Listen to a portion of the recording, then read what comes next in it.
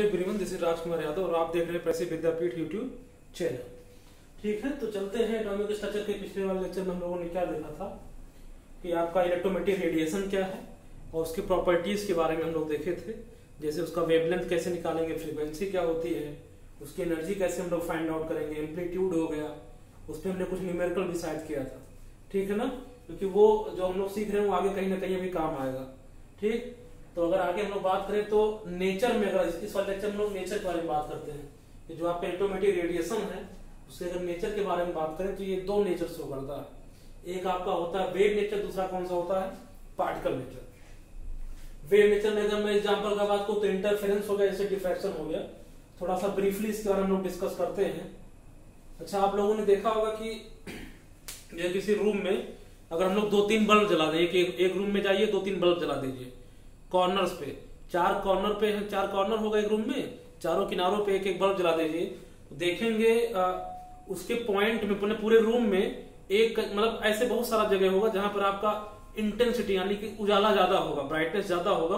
उसका मतलब क्या हुआ होगा, जितने सारे बल्ब हैं सारे बल्ब का इंटेंसिटी वहां के ऐड हो रहा है, लेकिन उसी में कुछ पॉइंट आपको और मिल जाएंगे जहां पर आपको डार्क मिलेगा, यानी कि वहां पर कहीं ना कहीं सारे बल्ब का जो इंटेंसिटी वो क्या कर रहा है, सब्ट्रैक्शन कर रहा है, जिसका रिजल्टेंट वैल्यू निकाले कहीं ना कहीं क्या हो रहा है, वहां पर घट रहा होगा, और जहां ब्राइटनेस ज्यादा वहां पर क्या हो रहा है, बढ़ रहा है। तो एक आपको क्या मिल रहा है, पूरा अलग अलग स्ट्रिप मिल रहा है। आपका ब्राइटनेस वाला मिल गया, फिर कौन सा मिला, डार्कनेस वाला मिल गया। इसी फिनोमेना ऑफ लाइट को हम लोग क्या बोलते हैं, इसको हम लोग इंटरफेरेंस के नाम से जानते हैं। ठीक है ना, इस प्रॉपर्टी को क्या बोलते हैं लोग, इंटरफेरेंस के नाम से जानते हैं। ये सारा बात आप फिजिक्स में पढ़ोगे। तो ये जो नेचर है, इस नेचर को हम लोग बोलते हैं वेव नेचर। यहाँ कहीं भी मास से जुड़ा हुआ कोई चीज नहीं है। पार्टिकल नेचर का मतलब क्या हो गया, जहां से आपका मास से जुड़ा हुआ कोई बात हो, जहां से मास से जुड़ा हुआ हम लोग कोई बात कर ही नहीं रहे। ठीक है, और दूसरा अगर डिफ्रैक्शन का बात करें, ये बड़ा सिंपल सा बात है। एक रूम ले लीजिए, वही फिर रूम का एग्जांपल ले रहे हैं। रूम में कहीं से भी आप थोड़ा सा होल कर दीजिए, छोटा सा, उसी होल से आप क्या करिए, एक टॉर्च अंदर में टॉर्च जलाइए। जब टॉर्च जलाएंगे तो देखेंगे जो आपका लाइट था, ऐसा तो नहीं कि हम लोग जानते हैं जो आपका लाइट है वो स्ट्रेट लाइन में ही मूव करता है। जो लाइट है क्या करेगा, स्ट्रेट लाइन में मूव करेगा। लेकिन अगर ऐसा होता तो पूरे के पूरे रूम में उजाला होना नहीं चाहिए था। लेकिन जब आप अंदर में टॉर्च जलाते हैं तो देखते हैं कि कहीं चाहे थोड़ा सा ही आपका उजाला हो, लेकिन पूरे के पूरे रूम में रोशनी आ जाती है। यानी कि क्या हुआ, स्कैटरिंग ऑफ लाइट हो गया। लाइट एक जगह पे नहीं है, जहां से आपने होल से अंदर लाइट डाला था वहीं पर न सीमित होके पूरे के पूरे रूम में क्या हो गया, फैल गया। इस प्रॉपर्टी ऑफ लाइट हम लोग क्या बोलते हैं, डिफ्रैक्शन बोलते हैं। ठीक है, ये दोनों का दोनों क्या है, वेव नेचर शो करने वाला, यानी कि EMR का कौन सा है, वेव नेचर वाला है। अब ये पूरा बात आप फिजिक्स में पढ़ोगे, केमिस्ट्री में इसको नहीं पढ़ना है। ठीक है, लेकिन हम समझाने के लिए आपको अच्छी तरीके से बता रहे थे कि आप जानते रहो कि कैसे कैसे होगा। जहां तक कि अगर वेव नेचर और पार्टिकल नेचर के बारे में बात करें तो इस पे बहुत सारे साइंटिस्ट आए, न्यूटन आए थे, आपके ये आगे प्लैंक्स ने अपना थ्योरी दिया था, और मैक्सवेल ने दिया। तो बहुत सारे थ्योरीज आए थे जो कि डुअल नेचर के बारे में डिफाइन करने के लिए, लेकिन अच्छी तरीके से कोई डिफाइन कर ही नहीं पाया था। अब यही जो आपको ब्लैक बॉडी रेडिएशन है, कोई बोला था कि ये पार्टिकल नेचर है, कोई बोला है कि वेव नेचर है।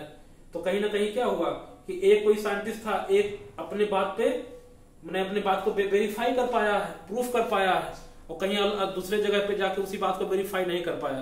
तो ये चीजें काफी कॉम्प्लेक्स है समझना कि कौन सा नेचर आपका पार्टिकल वाला होगा, कौन सा वेव वाला होगा। ठीक है ना, लेकिन यहाँ पे जब हम लोग पढ़ेंगे वो पार्टिकल नेचर के अंदर में 2 अलग अलग नेचर पढ़ेंगे।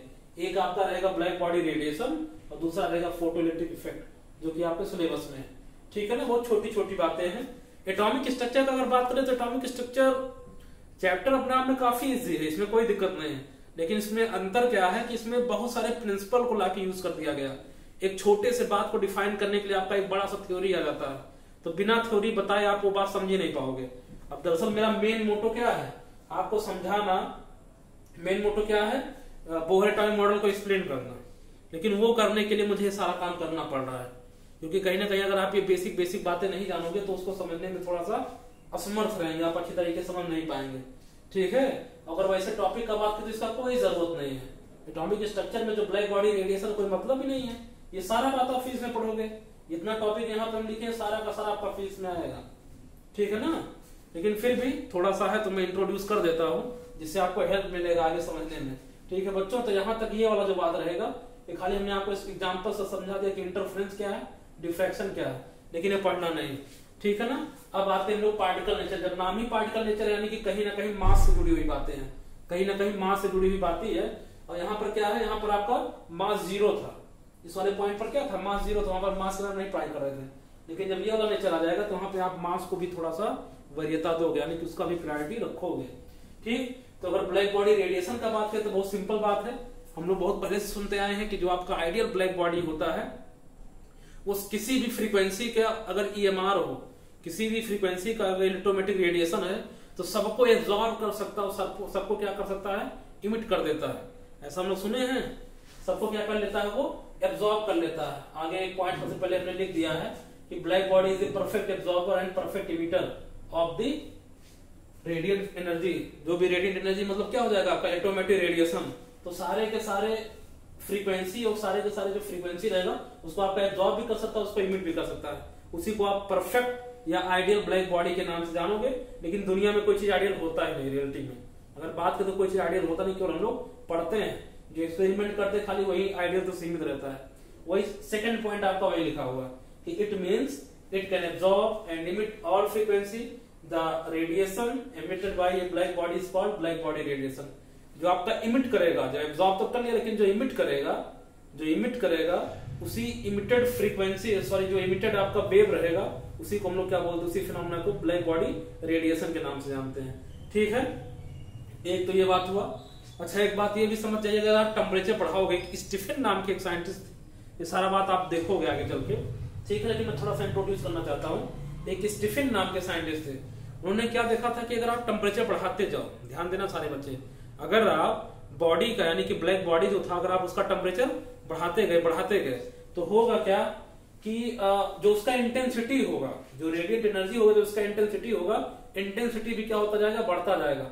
और टेम्परेचर के पावर 4 के डायरेक्टली प्रोपोर्शनल होगा। जो उन्होंने एनर्जी दिया था, ये स्टीफन नाम के एक साइंटिस्ट उन्होंने बताया था कि जो एनर्जी होगा वो टेम्परेचर टू द पावर 4 पे डिपेंड करेगा। मतलब जितना आप टेम्परेचर बढ़ाते जाओगे उसका 4 गुना, मतलब सॉरी 4 गुना नहीं, कितना, पावर 4 कर दिए, 4 टाइम्स नहीं है, पावर कितना कर दिए, 4 टाइम्स उसके डायरेक्टली प्रोपोर्शनल होगा उसका एनर्जी। और जितना ज्यादा एनर्जी होता है वैसे उसका इंटेंसिटी क्या होता है, ज्यादा। इंटेंसिटी का मतलब क्या होगा, एनर्जी एब्जॉर्ब और इमिट पर यूनिट एरिया।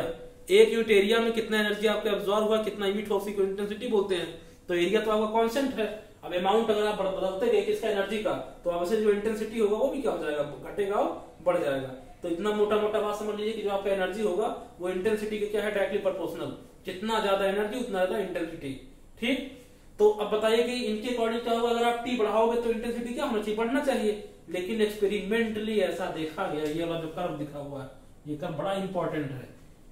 और ये जो बात बोला गया था ये किसके थ्योरी में, सारी बात बोली गई थी मैक्सवेल के इलेक्ट्रोमैग्नेटिक थ्योरी के में, जो कि वही इलेक्ट्रोमैग्नेटिक थ्योरी किसको गलत साबित किया था, रदरफोर्ड एटॉमिक मॉडल को, जो स्टेबिलिटी को नहीं होने दिया था। आखिर वही बात हम लोग देखे थे। तो ये सारा बात वहीं पर था, यानी कि अगर आप टेम्परेचर बढ़ाते जाओगे तो कहीं ना कहीं इंटेंसिटी बढ़ता रहेगा। लेकिन एक्सपेरिमेंटली ये देखा गया कि शुरुआत में जब आप वेव बढ़ाते हो, इस वाले एक्सिस पे क्या है, वेवलेंथ, इस वाले एक्सिस पे क्या है, वेवलेंथ। तो वेवलेंथ आप बढ़ा रहे हो तो इंटेंसिटी धीरे धीरे क्या हो रहा है, बढ़ रहा है, यानी कि बात सही है। लेकिन एक मैक्सिमम पॉइंट पर पहुंचने पर जब आप लेमडा और बढ़ा रहे हो तो लेमडा बढ़ाने पे इंटेंसिटी घटना चाहिए ना, क्योंकि लेमडा अगर बढ़ता है तो एनर्जी कम होता है, बात जानते रहिए। किसी भी रेडिएशन का, किसी भी वेव का अगर उसका वेवलेंथ आप बढ़ा दोगे तो क्या होगा, एनर्जी कम पड़ जाएगा। अभी आगे हम लोग इस पे चर्चा करेंगे। ये क्वांटम नाम, ये प्लैंक क्वांटम जो थे, प्लैंक क्वांटम उनका दरअसल नाम था। तो प्लैंक क्वांटम ने क्वांटम थ्योरी किया था, उसमें भी हम लोग बात करेंगे कि टेम्परेचर जो वेवलेंथ होगा, वेवलेंथ बढ़ाने पे क्या हो जाता है, एनर्जी आपका घट जाता है, ठीक है ना। तो जब एनर्जी घटेगा तो इंटेंसिटी भी क्या हो जाएगा, घट जाना चाहिए। तो उसके अकॉर्डिंग क्या होगा, यहाँ देखो इस वाले एक्सिस पे आप वेवलेंथ बढ़ा रहे हो, तो वेवलेंथ बढ़ाएंगे तो इंटेंसिटी क्या होना चाहिए, घटना चाहिए।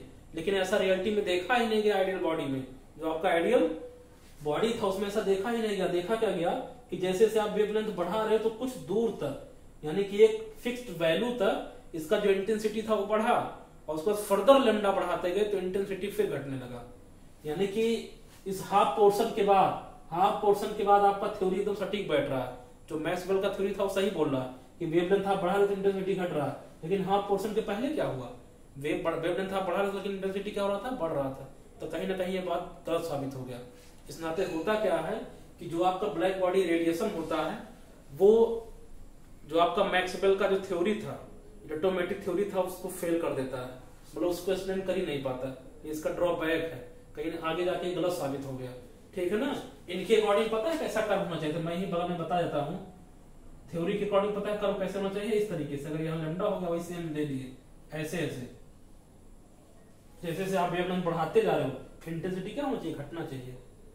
ठीक है, लेकिन हुआ कैसे, ये वाला बात देखो बाद में जब हाफ पोर्शन खत्म हो गया उसके बाद रूल को फॉलो कर रहा है, लेकिन हाफ पोर्शन के पहले रूल को फॉलो नहीं कर रहा, उसको वायलेट कर रहा है। ठीक है ना, उसका उल्लंघन कर रहा है। तो इस नाते जो आपका ब्लैक बॉडी रेडिएशन था वो उसको एक्सप्लेन नहीं कर पाया कौन, मैक्सवेल का इलेक्ट्रोमैग्नेटिक थ्योरी। ठीक है ना, उसी पॉइंट को हमने यहाँ लिखा कि at given temperature the intensity of incident radiation increases with increasing in wavelength. ठीक है, and approaches in maximum value, उसका पीक पॉइंट है at a particular wavelength, and then further start decreasing with increasing in wavelength. ठीक है ना, ये हम अलग अलग टेम्परेचर पर किए हैं। जो आपका T2 है वो किससे बड़ा है, T1 से बड़ा है। सारे बच्चे समझ पा रहे हैं, अलग अलग कर्व है और कुछ नहीं है, लेकिन दोनों कर्व में हम लोग वही देख रहे हैं। शुरुआत में वेवलेंथ बढ़ाने पे बढ़ रहा है और उसके बाद क्या फर्दर बढ़ाने पे घटने लगा। तो ठीक है, यहाँ पे फेल कर जाएगा। अभी इनका मैक्सवेल का थ्योरी था। ठीक, तो ये हुआ ब्लैक बॉडी के बारे में, ब्लैक बॉडी रेडिएशन के बारे में। क्या है, पार्टिकल नेचर को यहाँ से रिप्रेजेंट करता है। इतना बात बच्चे समझे, इतना बात समझ गए। तो ये थ्योरी है। अगला हम लोग बात करते हैं फोटो इलेक्ट्रिक इफेक्ट। ठीक है ना, वो थोड़ा सा बड़ा टॉपिक है, ये काफी इंपॉर्टेंट है। जो आपका एटॉमिक स्ट्रक्चर उसमें बहुत आता है, यहाँ से न्यूमेरिकल बनता है, तो इसको हम लोग अच्छी तरीके से समझते हैं। ठीक है बच्चों, तो यहाँ से ले लीजिए स्क्रीनशॉट, जल्दी ले लिया। ठीक है बच्चों, आगे देखते हैं। आगे हम लोग देखते हैं Planck quantum theory. Planck quantum theory कर लेते हैं, तो उसके बाद आपका जो फोटो इलेक्ट्रिक इफेक्ट होगा वो समझने में आसानी हो जाएगा। देखो वो सिंपल सा बात है। होता क्या था कि 18th सेंचुरी के पहले एक कन्वेंशन था। हम लोग जानते हैं जो अपना सन है, आखिर जो सन होगा वो क्या करता है, इमिशन ही तो करता है, इलेक्ट्रोमैग्नेटिक रेडिएशन छोड़ता है कहाँ पर, ये अपना अर्थ है। अर्थ की तरफ जो सन होगा क्या भेजता है, यहाँ पर इलेक्ट्रोमैग्नेटिक रेडिएशन ही तो भेजता है। तो एक पहले मान्यता था, एक मानक माना गया था कि जो आपका यहाँ से एनर्जी देता है, यानी कि जो सन है, जो सन अर्थ की तरफ एनर्जी फेंकता है वो कॉन्टिन्यूअस फॉर्म में देता है, यानी कि लगातार एनर्जी आता रहता है, लगातार एनर्जी आता रहता है। ये इस थ्योरी के पहले का मामला था। जो आपका प्लैंक क्वांटम थ्योरी आया था, इसके पहले कन्वेंशन था कि जो सन से आपका अर्थ की तरफ रेडिएशन आता है वो आता कैसा है, आखिर रेडिएशन ही तो है, जो भी हम लोग पढ़े थे, इलेक्ट्रोमैग्नेटिक रेडिएशन ही जो हम लोग पढ़ रहे थे। तो ये कॉन्टिन्यूअस फॉर्म में आता है। ठीक है, किसमें आता है, कॉन्टिन्यूअस फॉर्म में आता है। लेकिन ये जो ये हम लोग का था, जो एक कन्वेंशन था, जो एक मानक माना गया था, ये मानक प्लैंक क्वांटम जाके बाद में खत्म कर दिए 18th सेंचुरी में। उनका क्या मानना था कि हाँ इस बात से तो सहमत थे कि जो एनर्जी आता है वो सन तो एनर्जी देता है, अर्थ के सरफेस पे आता है, लेकिन वो लगातार ना आके कैसा आता है, डिसकंटिन्यूअस फॉर्म में आता है, यानी कि एनर्जी के पैकेट के फॉर्म में आता है। इसका मतलब क्या बच्चे समझ पा रहे हैं, एक बार में एक पैकेट आया, ज्यादा अमाउंट ऑफ एनर्जी, मतलब पैकेट रहेगा एनर्जी का, एक पैकेट सीधा आ गया, उसके बाद कुछ थोड़ा गैप लिया, उसके बाद फिर दूसरा पैकेट आया, फिर गैप लिया, फिर पैकेट आया। यानी कि जो आपका कॉन्टिन्यूअस फॉर्म में था वो दरअसल कैसे आता है, डिसकंटिन्यूअस फॉर्म में आता है। कैसा आता है, डिसकंटिन्यूअस फॉर्म में आता है। और जो आपका एक पैकेट होता है, एनर्जी का जो एक पैकेट होगा, उस पैकेट को हम लोग किसके नाम से जानते हैं, फोटॉन्स के नाम से जानते हैं। क्या उसको बोलते हैं, फोटॉन्स, या क्या बोलते हैं उसको, क्वांटा के नाम से जानते हैं, जो एनर्जी का एक छोटा सा पैकेट रहेगा। ठीक है, इसी थ्योरी को क्या बोला, इसी को क्वांटम थ्योरी बोला गया। क्वांटा से क्या है, क्वांटम। ठीक है ना, इसी क्वांटा से क्या बना है, क्वांटम थ्योरी। तो प्लैंक्स ने इसका क्या किया था, डिस्कवरी किया था, तो इसको प्लैंक क्वांटम थ्योरी के नाम जानते हैं। और इसके नाते प्लैंक को, जो प्लैंक्स ने, मैक्स प्लैंक थे, मैक्स प्लैंक को नोबेल प्राइज से नवाजा गया था, उनको नोबेल प्राइज दिया गया था इनकी डिस्कवरी पे। ठीक है ना, 1836 का ये बात है, तब इनको नोबेल प्राइज से नवाजा गया था। ठीक, तो इनका थ्योरी क्या था, वो सिंपल सा बात है कि जो आपका आता है, जो इलेक्ट्रोमैग्नेटिक रेडिएशन है, electromagnetic radiation takes place in the form of packet, of energy, ठीक है। और इसे क्या बोलते हैं हम लोग, क्वांटा बोलते हैं। क्या बोलते हैं, क्वांटा। और कौन से फॉर्म में रहेगा ये, इन डिस्क्रीट फॉर्म। किस फॉर्म में रहेगा, डिस्क्रीट फॉर्म में रहेगा। बहुत सिंपल सा बात, ठीक है ना। किस में रहेगा, डिस्क्रीट फॉर्म में रहेगा। क्या यहाँ तो सारे बच्चे समझ पाए। अब एक हम लोग पॉइंट बना के लिख देते हैं कि जो आपका एनर्जी है, वही जो क्वांटा होगा, जैसे जो आपका इलेक्ट्रोमैग्नेटिक रेडिएशन है। अब सारे के सारे जो इलेक्ट्रोमैग्नेटिक रेडिएशन होते हैं वो आपका नेकेड आई से नहीं दिखता, लेकिन जो सन से आता है, जो सन से आपका इलेक्ट्रोमैग्नेटिक रेडिएशन आता है वो तो आप नेकेड आई से देखते हो। उसी को तो हम लोग क्या बोलते हैं, वो 712 का होता है, क्या बोलते हैं, वेव तो बोलते हैं उसको, विजुअल लाइट बोलते हैं। क्या बोलते हैं, विजुअल लाइट। तो यही जो क्वांटा होगा, क्वांटा ओवरऑल बोलेंगे, कोई भी इलेक्ट्रोमैग्नेटिक रेडिएशन है सबके लिए क्या टर्म यूज करेंगे, क्वांटा। लेकिन वही क्वांटा अगर विजिबल रेज के लिए रहता तो उसको हम लोग क्या बोलते हैं, उसको हम लोग फोटॉन्स के नाम से जानते हैं। यहाँ पे जो हमने ऑब्लिक करके लिखा था, ठीक है ना। तो क्या लिख सकते हैं कि quanta for photons, quanta for visual light is known as photons. उसको क्या बोलते हैं हम लोग, फोटॉन्स के नाम से जानते हैं। और ये क्या प्लैंक्स क्या बोले थे कि जो एक फोटॉन की एनर्जी होगी वो डायरेक्टली प्रोपोर्शनल होगी उसकी फ्रीक्वेंसी की। जो एक फोटॉन की एनर्जी होगी वो किसके डायरेक्टली प्रोपोर्शनल होगी, उसकी फ्रीक्वेंसी की। और फ्रीक्वेंसी क्या, हम तो एक्सप्लेन कर दिए पिछले लेक्चर में, तुम लोग अच्छे तरीके पढ़े थे फ्रीक्वेंसी क्या है, ठीक है। अब यहाँ पर प्रोपोर्शनलिटी कांस्टेंट है। अब अगर इसको हटाओगे तो यहाँ पर क्या लगाना पड़ेगा, एक कांस्टेंट लगाना पड़ेगा। तो कांस्टेंट h लगभग लगाते हैं और क्या हो जाएगा, n2 न्यू। अब जो आपका h है वो कांस्टेंट, उसका नाम रख दिया गया है, h को क्या बोलते हैं, प्लैंक्स कांस्टेंट। अब जो कांस्टेंट है इसका वैल्यू क्या रहेगा, फिक्स ही रहेगा। इसका वैल्यू कितना होता है, 6.625 into 10⁻34 जूल इंटू सेकेंड, इसका क्या है, यूनिट है, ठीक है ना। ये प्लैंक्स कांस्टेंट इसको बोलते हैं। तो यहाँ से एक एनर्जी का आपका फॉर्मूला आ गया। अगर आपको इलेक्ट्रोमैग्नेटिक रेडिएशन का फ्रीक्वेंसी पता है तो क्या एनर्जी नहीं निकाल सकते, ऑब्वियसली उसका एनर्जी तुरंत निकाला जा सकता है, ठीक। तो यहाँ तक हम लोग ये बात कर सकते हैं।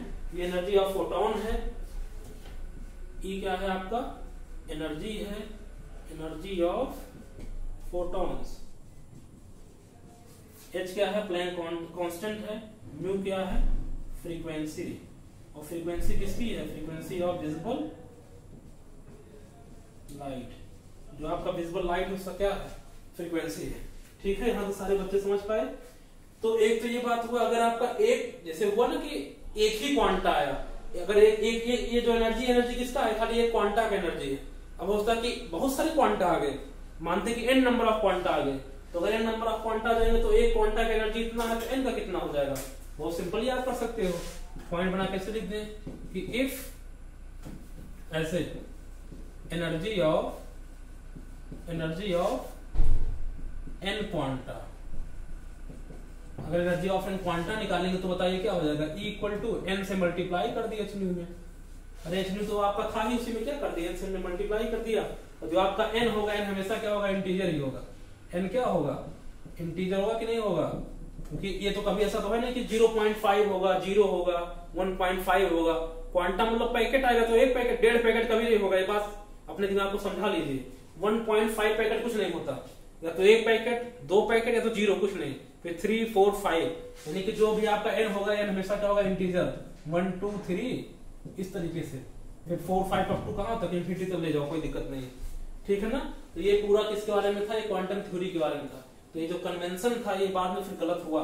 पहले लोगों का मानना था कि कॉन्टिन्यूअस फॉर्म में आता है, फिर एक महाशय आए जिनका नाम क्या था, प्लैंक्स, मैक्स प्लैंक। उन्होंने अपना एक्सपेरिमेंट किया होगा, बताया कि कैसे आता है, नहीं कॉन्टिन्यूअस में नहीं आता, कैसे डिसकंटिन्यूअस फॉर्म में आता है। डिसकंटिन्यूअस फॉर्म में आता है, उसी को हम लोग क्वांटा बोलते हैं। अगर वही क्वांटा विजुअल लाइट के लिए निकाले तो उसकी क्या बोलते हैं, फोटोन। एक फोटोन की जो एनर्जी होगी वो उसके फ्रीक्वेंसी के डायरेक्टली प्रोपोर्शनल होगी। फिर इसको अगर हटाओगे डायरेक्टली प्रोपोर्शनलिटी हटाओगे तो क्या लगाना पड़ेगा, कांस्टेंट। तो कांस्टेंट क्या लगाते हैं, एच को क्या बोलते हैं, प्लैंक्स कांस्टेंट। उसका वैल्यू कितना है 6.625 × 10⁻34 जूल सेकंड। इतना बात हुआ। अगर एक क्वांटा रहेगा तो उतना एनर्जी, अगर n क्वांटा रहेगा तो n से मल्टीप्लाई कर दीजिए, ठीक है ना। तो ये था प्लैंक्स कांस्टेंट के बारे में। अब आगे हम लोग बात करेंगे। अब यहाँ से काफी न्यूमेरिकल हम लोग कर सकते हैं, कोई दिक्कत नहीं है। आपको कभी कोई क्वेश्चन में एनर्जी पूछ लेगा कि बताइए इतने फोटॉन्स आ रहे हैं, 10⁻25 फोटॉन आ रहे हैं, ऐसे आ गया। n का वैल्यू पता है कितना, 10⁻25 फोटॉन्स, जिसकी फ्रीक्वेंसी दे दी 1.5 × 10⁻15 हर्ट्ज। बताइए कि उसकी एनर्जी कितना होगी। तो निकाल नहीं लेंगे, इक्वल टू क्या करेंगे, अरे एस तो पता ही है, एन भी पता हो गया, फ्रीक्वेंसी जाके मल्टीप्लाई कर देंगे। या इसका उल्टा क्वेश्चन पूछ सकता है, इतना एनर्जी है तो बताओ इसमें कितने फोटॉन होंगे। तो फ्रीक्वेंसी पता रहेगा तो एन निकाल लेंगे, फ्रीक्वेंसी पता रहेगा, ई पता है, एस तो पता है, एन निकल जाएगा, ठीक है ना। तो बड़े आसानी से काम कर सकते हैं लोग। ऐसा क्वेश्चन आता है नॉर्मली बल्ब को लेकर पूछेगा कि कोई अपने पास येलो कलर का बल्ब, येलो कलर में क्या करता है, रेडिएशन कर रहा है, बताइए अगर उसका एनर्जी इतना होगा तो एक सेकंड में कितने फोटोन निकल रहे होंगे।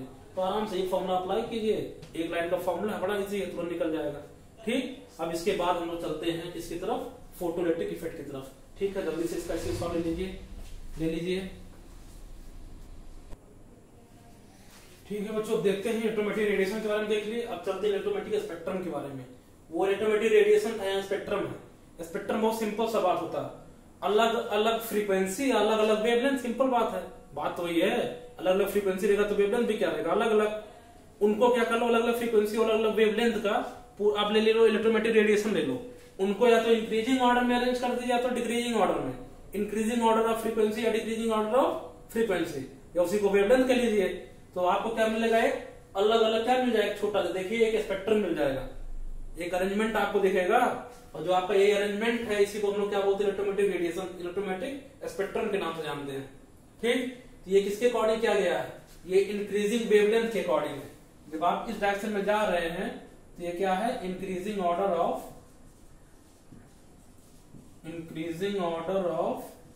वेवलेंथ। जब आपका वेवलेंथ ज्यादा होगा तो फ्रीक्वेंसी क्या होगा, ऑब्वियसली कम हो जाएगा। तो ये इंक्रीजिंग ऑर्डर ऑफ वेवलेंथ, तो क्या अगला क्या बोल सकते हैं, या तो डिक्रीजिंग ऑर्डर ऑफ फ्रीक्वेंसी बोल सकते हैं, ठीक है ना। और जब वेवलेंथ बढ़ता जाता है, जब वेवलेंथ बढ़ता जाएगा तो फ्रीक्वेंसी क्या होता है, घटता है। सिंपली आप देख सकते हो कैसे, अभी तो हम लोगों ने देखा था कैसे, क्वांटम थ्योरी से क्या देखे, यही तो आया था एच न्यू, और न्यू इक्वल टू कितना होता है, सी बाई लेमडा। इसके पहले हम लोग देख चुके हैं, न्यू इक्वल टू कितना होगा, सी बाई लेमडा। वही वैल्यू लगा लाके यहाँ पुट कर दे तो इक्वल टू कितना हो जाएगा, एस सी बाई लेमडा। अब देखिए जो आपका वेवलेंथ एनर्जी में क्या रिलेशन है, जो एनर्जी है वो इनवर्सली प्रोपोर्शनल किसके है, वेवलेंथ के है। तो अगर आपका वेवलेंथ बढ़ता जाएगा तो कहीं ना कहीं जो आपका इंटेंसिटी है, जो आपका एनर्जी है वो घटता जाएगा। जो भी इसके पहले हमने ब्लैक बॉडी रेडिएशन बताया था उसका एक्सप्लेनेशन यहाँ से आप कर सकते हैं, ठीक है ना। तो इंक्रीजिंग ऑर्डर ऑफ वेवलेंथ, या दूसरा बात क्या कह सकते हैं, जब इधर से इधर मूव करे तो सारा पॉइंट में यहाँ लिख देता हूँ। दूसरा क्या बोल सकते हैं, डिक्रीजिंग ऑर्डर ऑफ फ्रीक्वेंसी, ठीक है, डिक्रीजिंग ऑर्डर ऑफ फ्रीक्वेंसी। या और क्या बोल सकते हैं, डिक्रीजिंग ऑर्डर ऑफ, सारा बात सही माना जाएगा, डिक्रीजिंग ऑर्डर ऑफ एनर्जी बोल सकते हैं। या और अगर एनर्जी आपका डिक्रीज करेगा तो पेनिट्रेशन पावर क्या होगा, जो आपका पेनिट्रेशन पावर होगा, पेनिट्रेशन पावर वो भी क्या करेगा, डिक्रीज करेगा, ठीक है ना। तो किसी भी टर्म में आप इस बात को लिख सकते हैं। आपको एक अरेंजमेंट दिख रहा है, एक क्या दिख रहा है आपको, एक स्ट्रिप बन गया पूरा। अगर आप इंक्रीजिंग ऑर्डर ऑफ वेवलेंथ ले लो, या उसी को बोल दो डिक्रीजिंग ऑफ फ्रीक्वेंसी, या डिक्रीजिंग ऑर्डर ऑफ एनर्जी, या decreasing order of penetration power, तो क्या मिलेगा आपको, एक पूरा स्ट्रिप मिल गया। इसी स्ट्रिप को हम लोग क्या बोलते हैं, इलेक्ट्रोमैग्नेटिक स्पेक्ट्रम बोल देते हैं, ठीक है ना। एक अरेंजमेंट आपको दिखा, तो ये पॉइंट आप लोग लिख सकते हैं, क्या लिख सकते हैं, when EMR are arranged in decreasing order of wavelength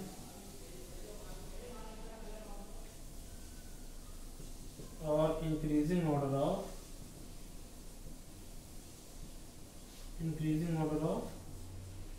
frequency, increasing order of frequency, the complete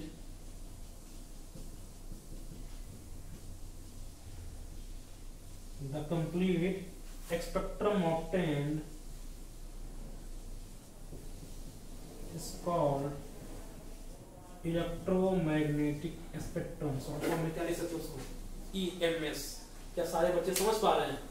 यहाँ का जो आपका फ्रीक्वेंसी होगा, अब बताइए कि यहाँ पर क्या होगा, वेवलेंथ सबसे छोटा होगा, उधर का वेवलेंथ सबसे बड़ा होगा, इसी बीच में आपका क्या होता है, विजिबल जो सबसे छोटा फ्रीक्वेंसी होता है वो किसका होता है, कॉस्मिक रेज का, लगभग 10⁻⁻16 मीटर होता है। एज्यूम करो कितना छोटा होगा। कॉस्मिक के बाद आता है गामा रेज, फिर एक्स रे, फिर यूवी मतलब अल्ट्रावायलेट रेज, फिर विजुअल आता है। विजुअल में कितने कलर, 7, सातों को हम लिख दिए हैं। सबसे छोटा फ्रीक्वेंसी किसका होगा, सबसे छोटा वेवलेंथ किसका होगा, वायलेट का। सबसे बड़ा वेवलेंथ किसका होगा, रेड का। इसका कितना होता है, लगभग 380 नैनोमीटर। अलग अलग बुक में अलग अलग डेटा दिया रहेगा, ठीक है, लेकिन 380 नैनोमीटर से लगभग कहाँ होता है, 780 नैनोमीटर तक। ये आपका रेड तक हो गया। उसके बाद इंफ्रारेड आता है, फिर माइक्रोवेव, फिर शॉर्ट रेडियो वेव, फिर लॉन्ग रेडियो वेव। जो लॉन्ग रेडियो वेव का रेंज होता है लगभग 10⁻⁴ किलोमीटर तक जाता है, ठीक है ना।